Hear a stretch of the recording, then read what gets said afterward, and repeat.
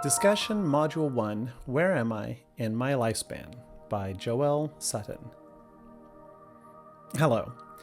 Human development is not linear and does not happen at the same rate or in the same way for each person. Using myself as a bit of a case study, I hope to illustrate here that it is very much a system of interconnections, layered and evolving, sometimes both backwards and forwards. One theory or family of theories that really appeal to me are those that are multidimensional, as like Bronfenbrenner, pardon me for the mispronunciation, brought forth.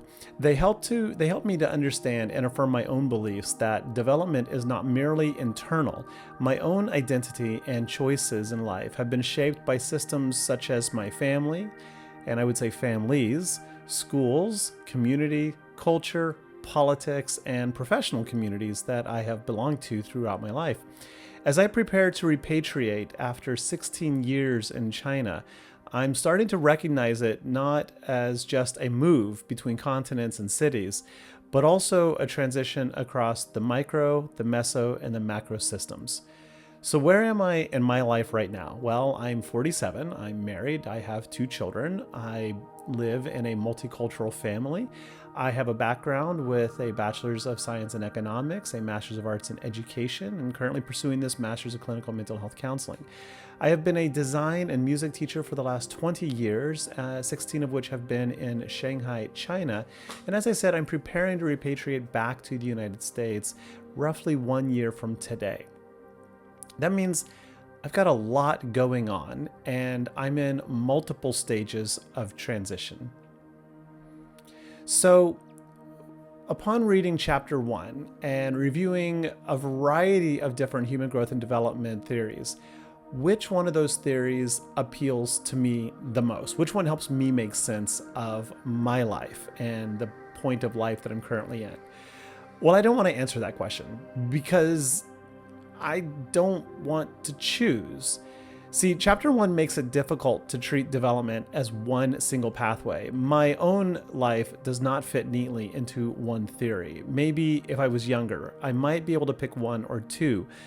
But as I've had a good couple decades to watch family, students, and friends develop, I'm intrigued by most all theories presented in this chapter.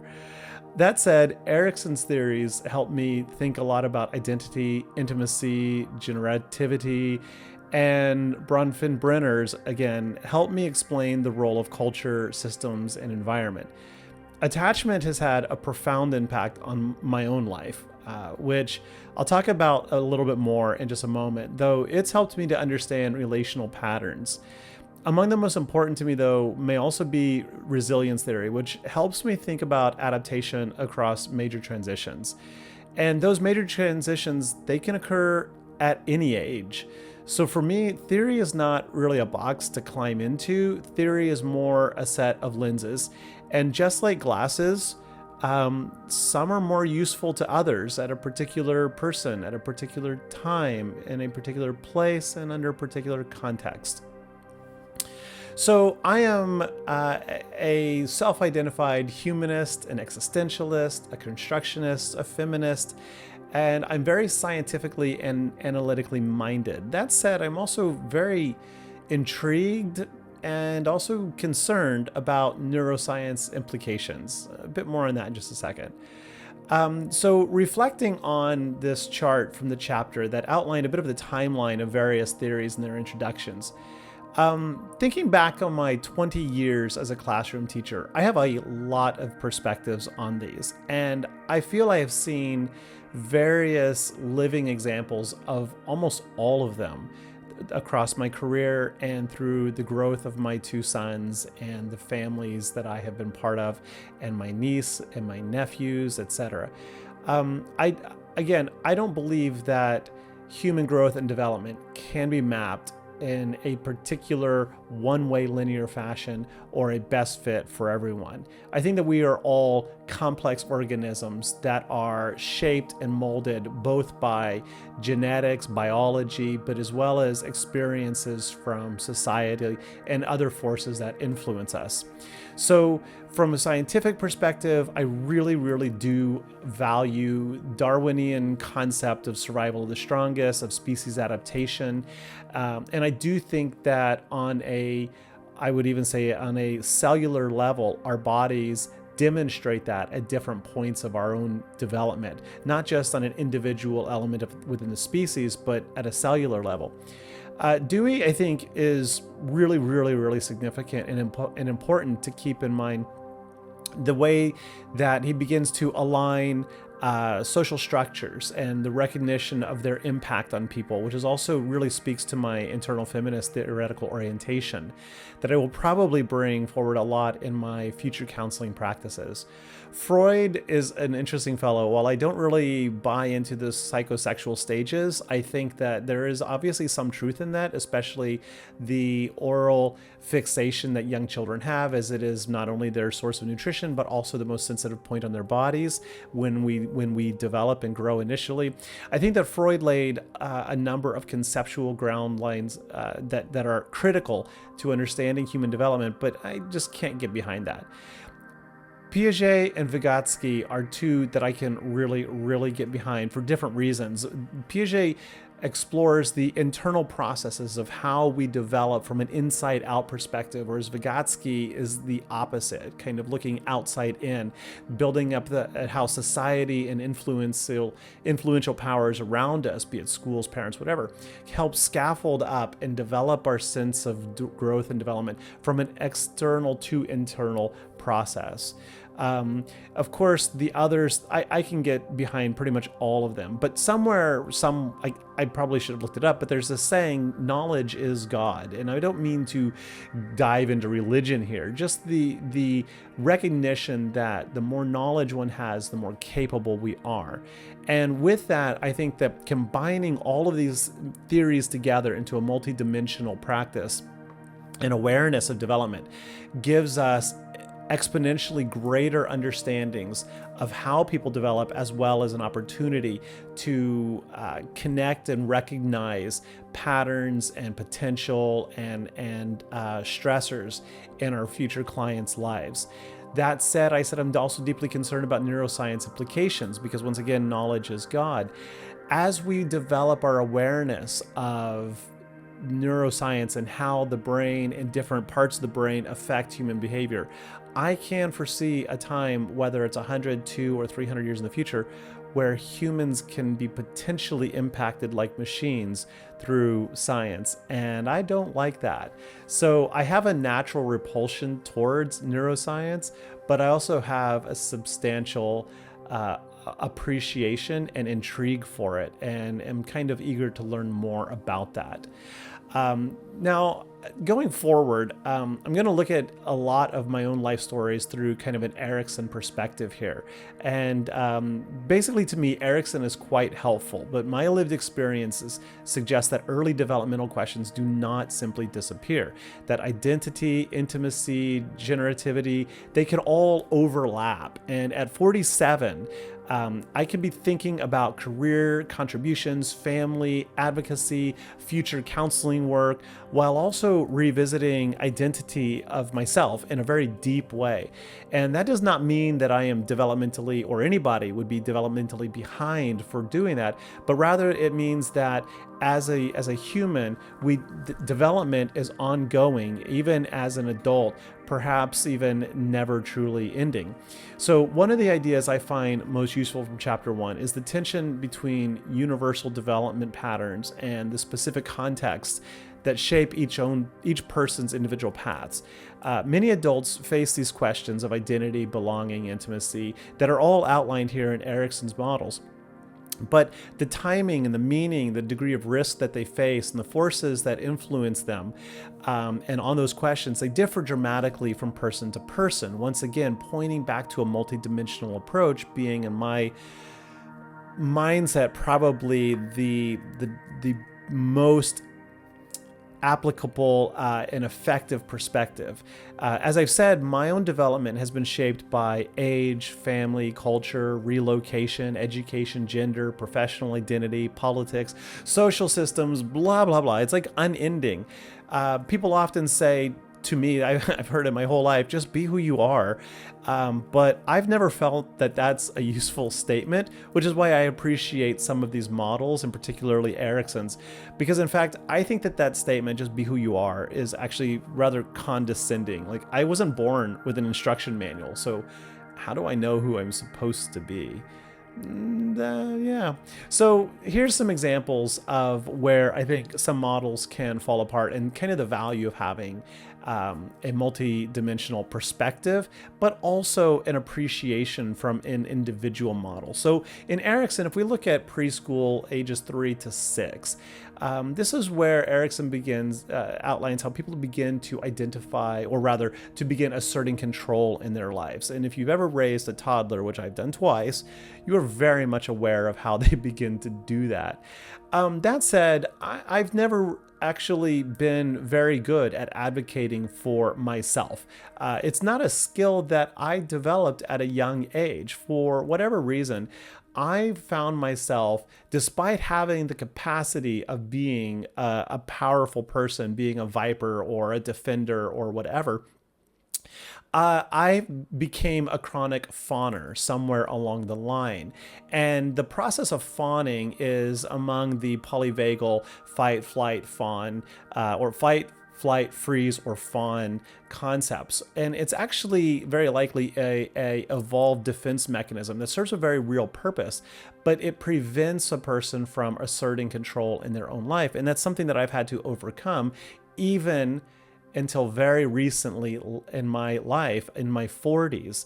So while this is a stage 3 early life developmental process, sometimes it doesn't happen for decades.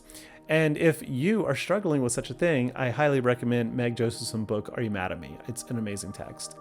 Similarly, if we look at stage 4, this is where skills in academics and social growth really tends to begin. Now, again, Erickson recognized, he acknowledged that these are lifelong crises moments that people experience or encounter, and that a positive outcome leads to positive results versus a negative, which leads to negative results later in life. And I believe that is largely true, though the degree to which would depend on the individual's resilience and other factors in their life. But that said, I also believe many of us, myself included, are lifelong learners. As a teacher, one of my favorite things I say to a student when they ask, what is, or I don't understand something, or how do I will often respond with, I don't know either, but let's find out. And I role model learning through that application of awareness of not knowing. Quite frequently, if a student is able to share something with me that I didn't know, I make a point of sharing that, say, hey, I learned something from you today. How awesome is that? One growth development model that really helped me overcome that was attachment theory. Now, I'm not too familiar with the origins of it, though I did recently read this book, Attached, The New Science of Adult Attachment, How It Can Help You Find and Keep Love. Ooh, love. But this book, exploring the attachment theories based on the concepts of anxious, avoidant, and secure, really was profound and life-changing. So check it out. Stage 5, adolescence. Favorite time of life for all of us, right? Adolescence explores personal values, beliefs, and goals. This is very true, although I would argue that I don't know that goals are really established at that point. Many of us graduate high school thinking we have a goal in mind. We go to college and we find out that while we make plans, external forces tend to change those plans. Many of us are not in the career field that we initially set out to establish when we were 17 or 18. I dealt with profound questions that took me until very late in my current life. Maybe I've had more than one. And asking myself always, is this normal? One resource that helped me very much overcome that was this text, The Myth of Normal. absolutely adore this book. Check it out, folks. So the last one I'm going to talk about, because I'm not going to go through all of Erickson's model here, but the quest for love, intimate relationships, loving connections. While Erickson outlined this predominantly in the ages of 18 to 40, and that's probably very true, I actually think it starts off much younger than that, because a great many people begin to develop their first senses of love and connections, relationships, as early as their elementary years. And more people are marrying up until their 70s, 80s, and beyond. The thing about love and intimate development is that every relationship is unique. Every consequence of that relationship is wholly unique. And the way that it impacts us, whether it motivates us to continue to find love for more or causes us to contract within and become isolated, is very much a complex factor of all the other aforementioned things in life and one's own resilience and motivation and sense of meaning in life. The good thing about it, though, is that as our families and our relationships change or the people in our lives disappear, they are, to those open to it, replaced gradually with new relations and new connections. I've heard people say that friendship is a revolving door and that relationships are all temporary. And I think, as Viktor Frankl would argue, we go through this life alone, other than very brief moments of connection. And that very much may be true. So yes, the quest for love never ends. It truly never ends. You get a pet, you get unconditional instant love, though, pretty much. Might take a week for them to turn on to you. So what stage or concept fits me? Well, what tasks, challenge, or transitions am I facing? This is a rather personal one, of course, but for me, I'm facing a multitude of transitions right now in my life that are going to affect my development probably for the next couple decades. I am transitioning from a teacher to a counselor in the very near future. This is going to be very much impacted by Erickson's concepts of generativity versus stagnation. I have sincerely felt a sense of stagnation for much of the last decade here in China. I love my job. I love what I do. I have a great community, but I needed to grow. And as politics and things, all this stuff dropping down here below me, and my ability to eventually climb out of the closet and recognize my identity as a member of the LGBTQ plus community has greatly inspired me to find ways to advocate for equality and equal rights in that community, as well as to help share my own life experiences, knowledge, and insights, and help facilitate within other people their own courage and resilience to climb out of their closet, whatever metaphorically that closet represents. So I'm changing careers. I'm changing locations. Decade and a half in Asia, I'll be going back to Oklahoma soon. I am moving from a societal observer to one of a social justice advocate in the very near future. And then, of course, with regard to mental health and wellness, I recently went through a bout of depression that, using a variety of different techniques, particularly attachment theory and awareness of attachment theory and pursuit of that text, The Myth of Normal, began to recognize the complex diversities and relational interactions in life that allowed me to grow as a person and as a member of said relations. So that's kind of where I am, is that the real me is finally free and continuing to grow. I stumbled across this little article here from Psychology Today, just called The Multidimensional Aspects of Adolescent Well-Being. Now, it was written during COVID. Ultimately, it's not that important, but I loved the graphic that's right here, how it represents the different spheres of influence overlapped and connected by the different elements and forces that impact the sense of self. So in brief conclusion, chapter 1's developmental lenses help me to see well-being as more than happiness, as echoed in this brief COVID era article from Psychology Today. For me, wellness connects to authenticity and identity, having meaningful purpose, relational honesty, and the ability to live with minimal internal conflict. That makes development not just biological aging, but a natural sequence of steps. Not just biological aging or a natural sequence of steps, but is a complex equation that can be balanced towards coherence and congruence with enough effort, awareness, and guidance. Thank you for watching. I hope you enjoyed.